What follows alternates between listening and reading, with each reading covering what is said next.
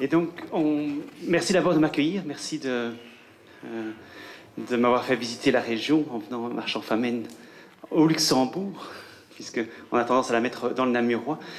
Et donc, je vais vous entretenir de la modification de cette relation médecin-patient avec l'intervention de la technologie qui est de plus en plus présente. On imagine de plus en plus difficilement la médecine sans technologie, que ce soit dans l'octroi, je vais dire, de soins lui-même, que dans la relation entre médecins et patients. Alors d'abord, l'Internet, ça a commencé à devenir quelque chose d'omniprésent dans la vie de tout citoyen, et c'est omniprésent dans la vie du patient. Et donc le patient qui a mal quelque part, forcément, va aller sur Internet et espère y trouver la réponse. Et donc on voit ce brave patient qui va avoir une aide informatique intéressante et tout à fait inédite, mais ne sait-on jamais que ce soit un jour réalité. Et donc on a comme ça l'Internet qui donne une série d'informations au patient qui ne sait en général pas les gérer, et puis il n'en prend que ce qu'il veut bien prendre. Et donc il arrive chez son médecin avec un réel quiproquo. Et donc il y a là le médecin qui le reçoit, puis lui il arrive avec son information, et puis il a mal au gros orteil, et on lui a dit que c'était peut-être telle maladie, et donc il vient chez son médecin avec telle maladie en tête. Et puis son médecin le renvoie chez lui en disant ben, ça va passer, parce qu'en réalité c'est juste un coup que vous avez eu, c'est un hématome, il n'y a rien de grave, vous n'avez pas le cancer du gros orteil ou autre, comme Internet aurait pu vous le dire. Et donc il arrive avec une mauvaise information.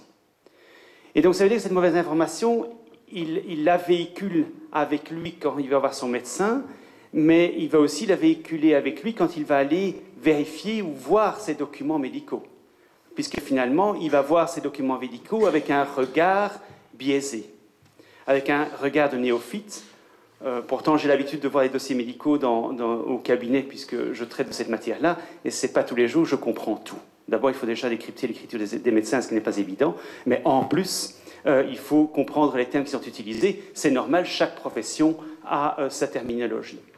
Et donc, je pense que je rejoins ici le représentant de l'ordre en disant attention, parce que, évidemment, la compréhension des termes médicaux ne sont pas à la portée de tout le monde.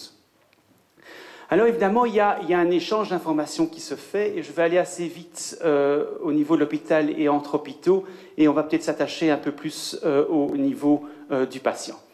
Alors évidemment, au sein de l'hôpital, la confidentialité est une chose importante. Ce n'est pas parce qu'on travaille tous dans le même hôpital qu'on a besoin de tout savoir sur tous les patients. Ce n'est pas parce qu'on travaille dans un hôpital qu'on peut avoir accès à tous les dossiers des patients.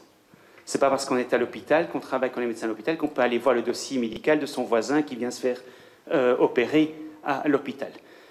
Je vous dis ça parce que ça s'est déjà passé. On a déjà eu des situations dans lesquelles on voyait des médecins qui allaient regarder d'un peu plus près le dossier de leur voisin qui avait été hospitalisé quelques jours avant. Alors, le médecin, le secret professionnel est absolu, et ça, c'est quelque chose qu'on ne peut pas... à laquelle on ne peut pas échapper, sauf dans certaines exceptions. Alors, le juriste, évidemment, adore avoir des principes absolus, et puis il donne une ribambelle d'exceptions après, mais ça, c'est pour qu'on puisse gagner notre vie après. Il faut bien nous laisser quelques euros pour manger. Alors, il y a des exceptions, témoignage en justice. Alors, je rappelle tout de même que le témoignage en justice ne vous impose pas de parler, mais vous permet de parler, ce qui est souvent oublié. Il y a des prescrits de la loi, il y a les représentants légaux du mineur, il y a le secret partagé. On va revenir à ce secret partagé entre médecins professionnels de la santé. Parce que ce secret partagé, il évolue. Il était soumis avant à l'autorisation du patient. Le patient disait au médecin, vous pouvez partager, en tout cas de façon implicite, vous pouvez partager l'information avec le médecin qui va prendre la relève. Par exemple, je passe du généraliste au chirurgien, ben, l'information passe. Ici, avec l'émergence de l'informatique, l'émergence de réseaux santé, en réalité, on ne va plus partager le dossier en direct, on va le déposer quelque part, le secret. On va le déposer soit dans le serveur de l'hôpital, soit un serveur plus centralisé, et on va dire, je le laisse là, ce secret, et la personne qui sera habilitée ou autorisée à aller le voir, ira le voir parce qu'il a l'autorisation. Et donc, il n'y a pas un passage direct, il y a juste un dépôt sécurisé, soit, mais un dépôt. Et donc là, il y a une évolution. Parce que ce secret déposé, évidemment, servira aussi éventuellement à l'ouverture du dossier au patient. Le patient ira avec des règles d'accès strictes, selon des règles bien précises, voir le dossier qui a été déposé quelque part. Et donc c'est ça, toute l'évolution de ce secret. Et la loi y est pour quelque chose aussi.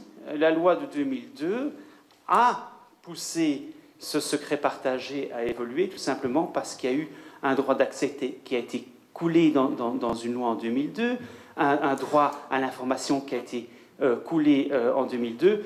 Ce n'était pas pour faciliter la vie des médecins pour autant. Le législateur avait en tête le patient et les droits du patient, et partant du principe que le patient était délaissé dans certains de ses droits par le monde médical. Ça ressort clairement des travaux préparatoires, mais ça n'empêche que le secret a évolué quant à sa façon d'être partagé entre professionnels de la santé et entre professionnels de la santé et leurs patients.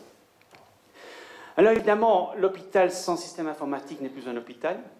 On est certain à ce niveau-là. Tout hôpital maintenant a un logiciel ou un système informatique performant permettant justement soit de stocker les données médicales, soit de les partager, de les déposer à destination d'autres médecins. Alors évidemment, il doit y avoir des règles de sécurité, parce que qui dit confidentialité des sécurités d'un système informatique est à deux niveaux. Et ça, il faut être extrêmement prudent à ce niveau-là. D'abord, au niveau organisationnel, il faut qu'il y ait une formation tant du personnel informatique qui va finalement chipoter à des données médicales dans le cadre de leur travail, que dans la formation des médecins.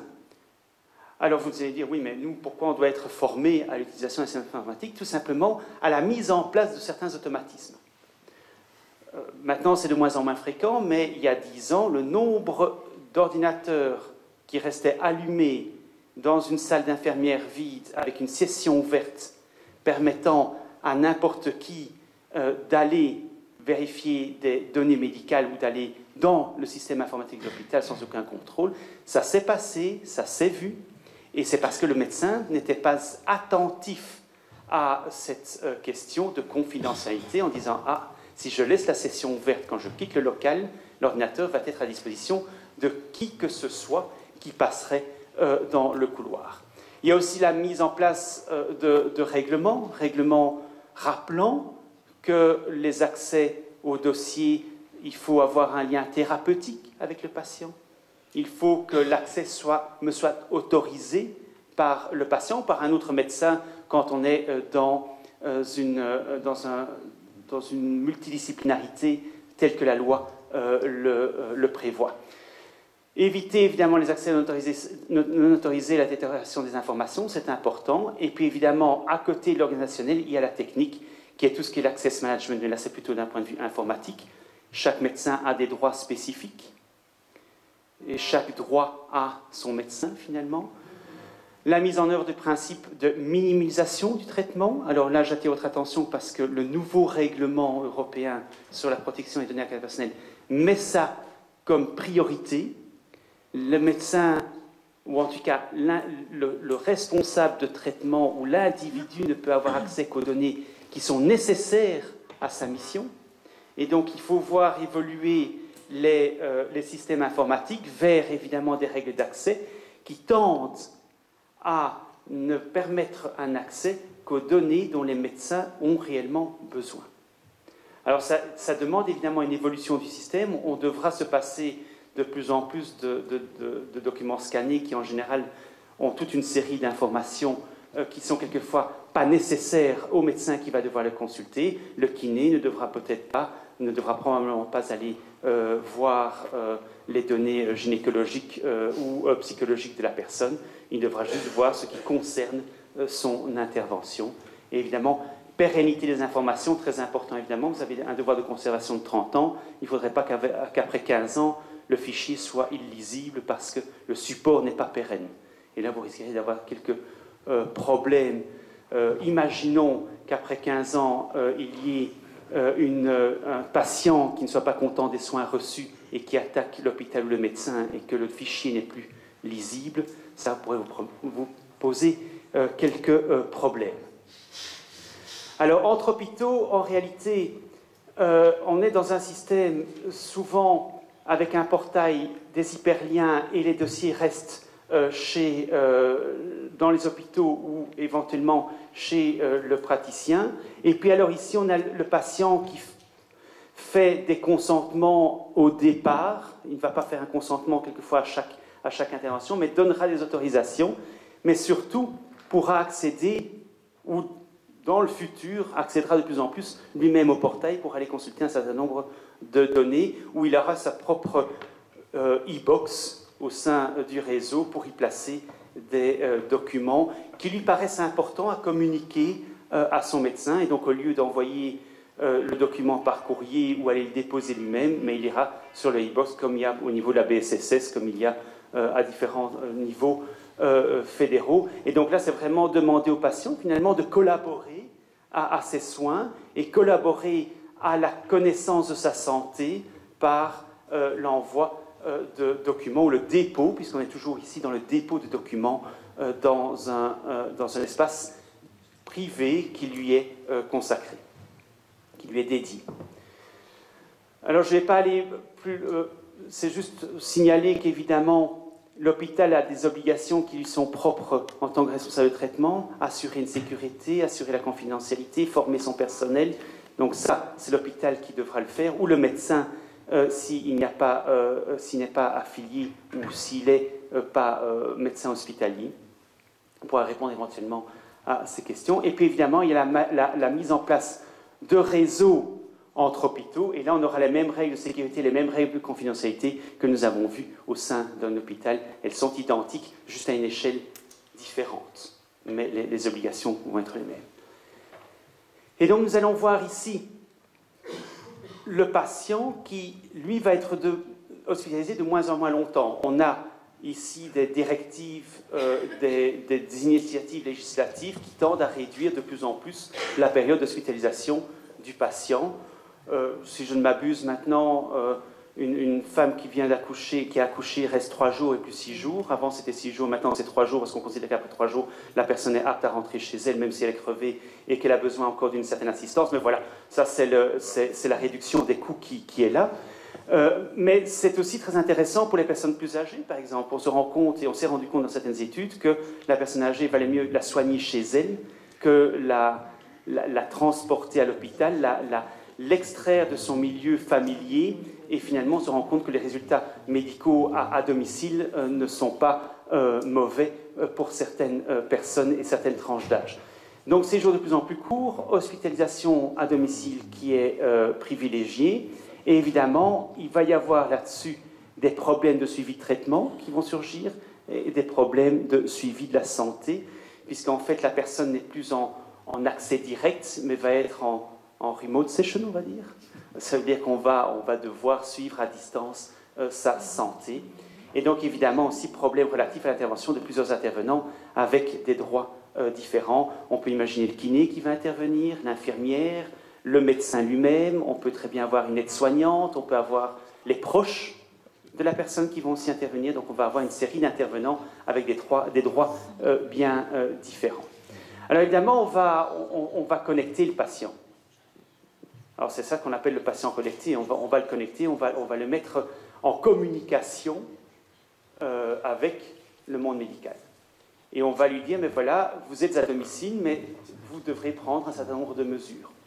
Vous devrez prendre, par exemple, votre glycémie, vous devrez prendre votre poids, vous devrez prendre... Alors en Hollande, ils sont encore beaucoup plus loin.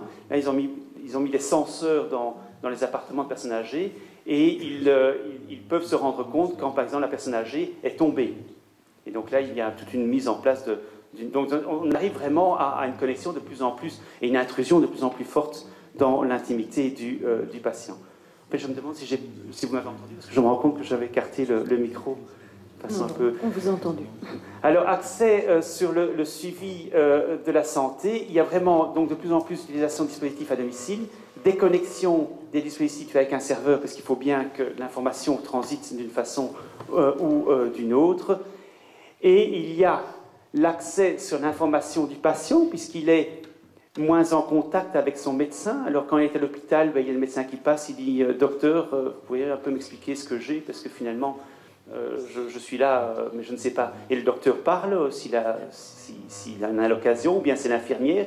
Et donc ici, on va aussi évidemment avoir un patient qui va être curieux. Il y a un patient qui va se dire « Mais moi, je souhaite avoir accès à mon information médicale.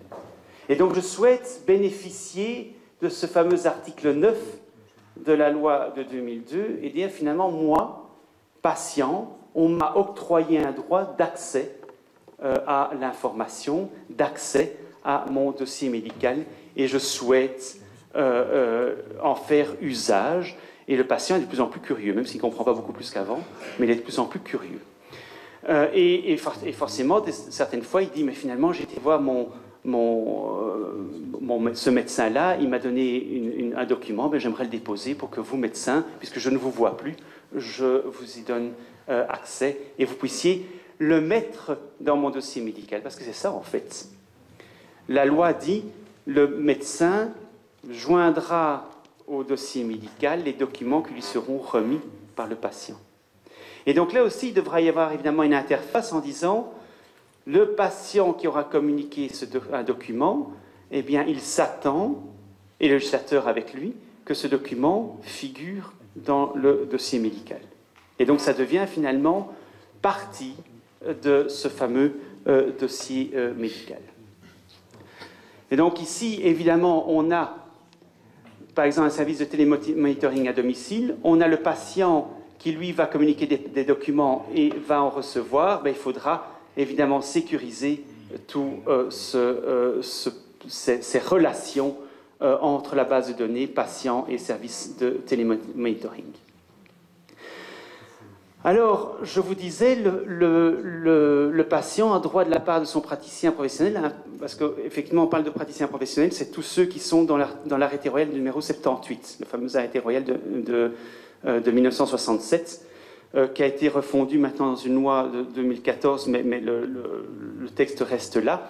Sachez que depuis le 1er septembre dernier, donc il y a un mois tout juste, les psychologues, cliniciens sont considérés comme professionnels, praticiens professionnels au sens de la loi, parce qu'ils ont été mis dans l'arrêté royal de 1967, ainsi que les psychothérapeutes habilités. Donc voilà.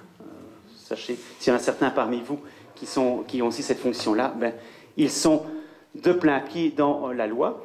Et donc, la loi dit il faut que le dossier patient soit soigneusement tenu à jour et conservé en lieu sûr. Alors, le lieu sûr, c'est intéressant. Ça rejoint évidemment l'obligation de sécurisation du système informatique dans lequel se trouve le dossier. Tenu à jour, c'est en ce compris avec les documents qui sont remis de façon informatique par le patient. À la demande du patient, le praticien professionnel ajoute les documents fournis par le patient, c'est ce que je viens d'expliquer, et le patient a droit à la consultation du dossier le concernant. Et les données concernant des tiers n'entrent pas dans le cadre de ce droit de consultation. C'est là qu'on va s'amuser, évidemment. Quand un patient demande à l'hôpital son dossier médical, que va faire l'hôpital? Il va en faire une copie et va éventuellement retirer un certain nombre d'éléments qui sont les notes personnelles du médecin, type ce patient m'énerve, ce patient raconte toujours des cracks. Et puis, il va aussi enlever tout ce qui concerne les tiers du patient. Alors, ce n'est pas les informations concernant des tiers qui ont été données par le patient, mais c'est éventuellement, imaginons une analyse génétique qui révèle des maladies qui viennent d'ascendants ou qui concernent des descendants. Ce sont des données concernant les tiers. Peut-être ces tiers ne veulent pas du tout que ces données soient communiquées à quelqu'un d'autre. Et donc c'est là que le système devrait être construit de telle façon que le patient ne puisse accéder qu'aux documents auxquels il a le droit d'accéder. Et donc ça veut dire qu'on doit repenser, ou en tout cas on doit faire évoluer le système informatique de façon à ce que les documents puissent être, en tout cas les données puissent être séparées l'une de l'autre par une certaine structuration et qu'évidemment le patient ne puisse avoir qu'accès qu'aux données l'intéressant. Alors évidemment, il y aura aussi ici les possibilités de refus, parce qu'évidemment, le médecin, à un certain moment, peut refuser l'accès au dossier. La loi le prévoit, risque de causer manifestement un préjudice grave à la santé du patient, à condition que le praticien professionnel ait consulté un autre praticien professionnel. Le système devra prévoir cette exception. Le système devra dire « Ok, ce patient n'aura pas accès à son dossier pour telle et telle raison, parce que le médecin refuse la communication et qu'il y a l'accord d'un autre praticien professionnel. » Eh bien, le système devra dire « Règle d'accès, non. Pas d'accès au dossier médical » et devra en informer le patient de façon un peu diplomatique, évidemment. Il faudra trouver un moyen. Indications claires selon lesquelles le patient subit des pressions afin de communiquer une copie de son dossier à des tiers. Le problème là, c'est très factuel. Parce qu'aujourd'hui, il peut très bien ne pas avoir de pression et demain en avoir. Et moi, je ne suis pas au courant en tant que médecin. Alors que finalement, c'est quoi? C'est tout simplement l'employeur qui exige de son patient de façon illégale qu'il lui communique des données santé. Et le patient il va avoir son boulot. Il dit, moi, j'ai envie de travailler, j'ai envie de gagner ma croûte comme tout le monde, je vais communiquer le dossier médical que j'aurais été chercher dans le système. Et là, le médecin n'y peut rien. Le médecin n'y peut rien, puisque c'est quelque chose qui n'est pas prévisible, ce type de pression. D'autres pressions sont plus prévisibles, évidemment. On peut très bien voir que le patient âgé fait l'objet de pression de la part de son environnement parce que son environnement souhaiterait bien qu'il passe l'arme à gauche pour avoir l'héritage. En général, ça se voit, et là on peut également prévoir des règles d'accès plus pérennes. Alors évidemment, il y a aussi les obligations du patient. Il y en a une seule. Tout le reste sont des obligations à charge du médecin. Ça, c'est la loi. La loi a été écrite, et les travaux préparatoires, donc c'est les travaux qui précèdent l'adoption de la loi, disent bien que c'est une loi qui tente à fixer les droits du patient, et donc forcément les obligations du médecin, mais pas spécialement de droits à charge du patient, sauf l'un. Dans la mesure où le patient y apporte son concours, le praticien professionnel respecte les dispositions de la présente loi dans les limites de ses compétences, donc lui donner de bons soins et tout. Si on donne la possibilité au patient de déposer des documents dans le dossier informatique, ça pourrait devenir une obligation. Si le médecin, en consultant le dossier médical du patient, ne découvre pas des informations que le patient aurait dû lui communiquer parce qu'il les a reçues d'un autre médecin, on pourrait évidemment avoir une diminution de la responsabilité du médecin en cas de faute de diagnostic.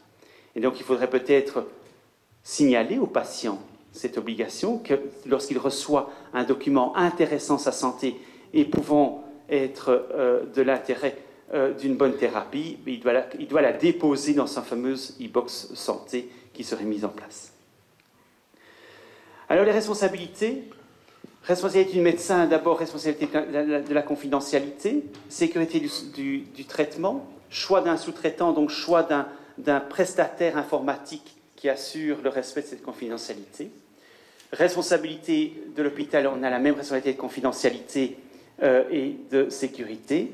J'ai oublié dans la responsabilité du médecin, il faut évidemment que l'information soit de qualité. Alors se pose la question évidemment du SUMER. Le SUMER est un résumé d'éléments importants concernant la santé du patient. Est-ce que la législation, ou en tout cas la jurisprudence, va-t-elle considérer que l'absence d'éléments importants dans le SUMER puisse engager la responsabilité du médecin alimentant le SUMER? Imaginons, le patient rentre inconscient en urgence.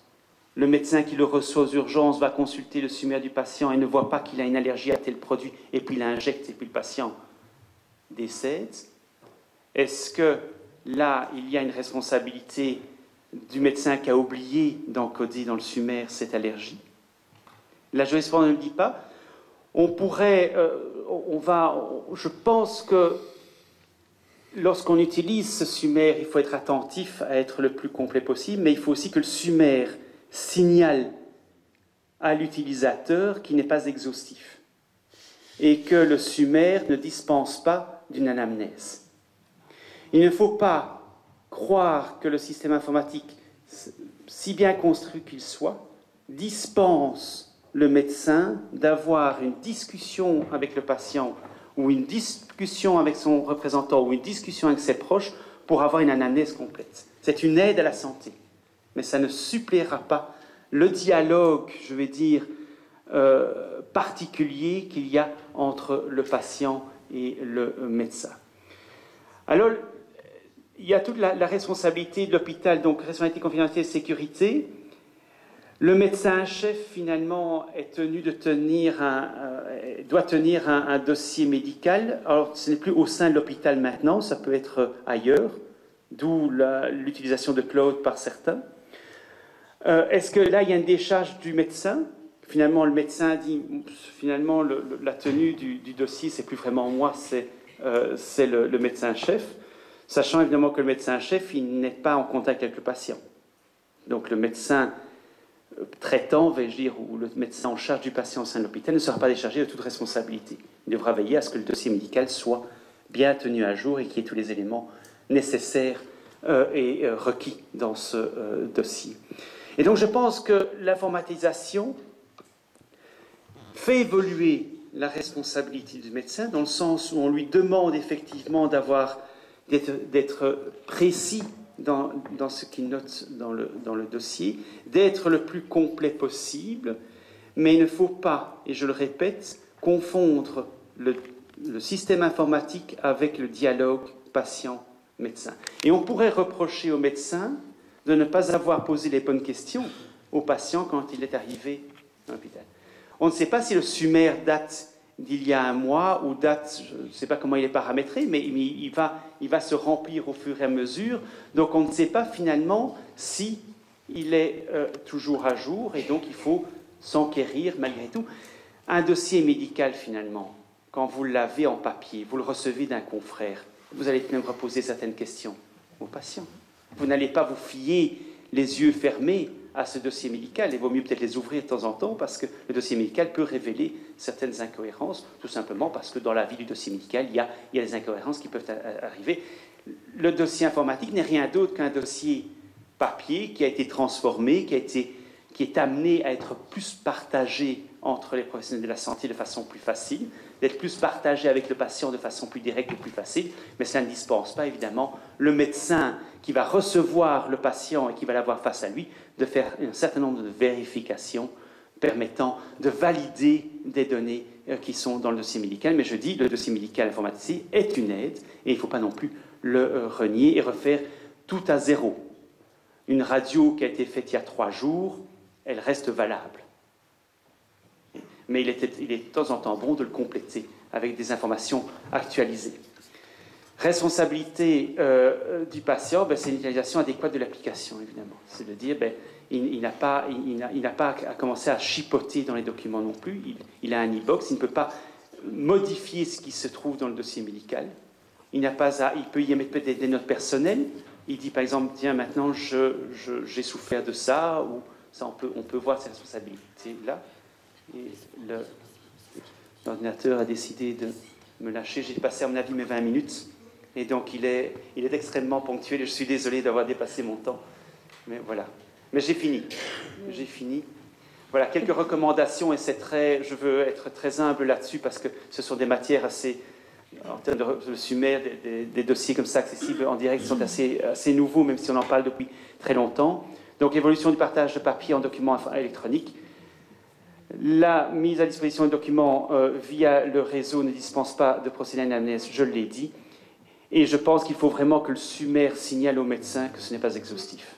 Et que ça ne dispense pas, évidemment, d'un contrôle et d'être certain. Ce n'est qu'une extraction du dossier médical et ce n'est qu'une extraction qui est évolutive. Le dossier médical 1 est évolutif et le SUMER va l'être également. Donc on ne sait jamais qu'il puisse y avoir un événement qui soit survenu entre la mise à jour du SUMER et le moment où on rencontre le patient. Mais surtout, faites aussi attention quand vous allez encoder, de ne pas oublier des éléments importants parce que ça pourrait éventuellement vous être reproché par un juge en disant vous avez manqué là à votre obligation d'un médecin normalement prudent et diligent placé dans les mêmes circonstances. C'est ça le critère qui va être utilisé par un juge qui sera amené à analyser votre comportement. C'est prendre un médecin pas standard, un médecin normal, un médecin normalement prudent et diligent qu'on va placer dans les mêmes circonstances. Et donc peut-être vaut mieux faire doublement attention au moment de l'encodage, s'assurer qu'on ne fait pas d'erreur d'encodage pour éviter une éventuelle mise en cause de votre responsabilité, même partielle, et avec le médecin qui aura reçu le patient, mais ça évite en tout cas certaines déconvenues par la suite. Désolé d'avoir dépassé mon temps, mais en fait je pense que je suis un bon juriste dans le sens où je parle beaucoup, et peut-être un peu trop. Voilà, merci. Merci à vous.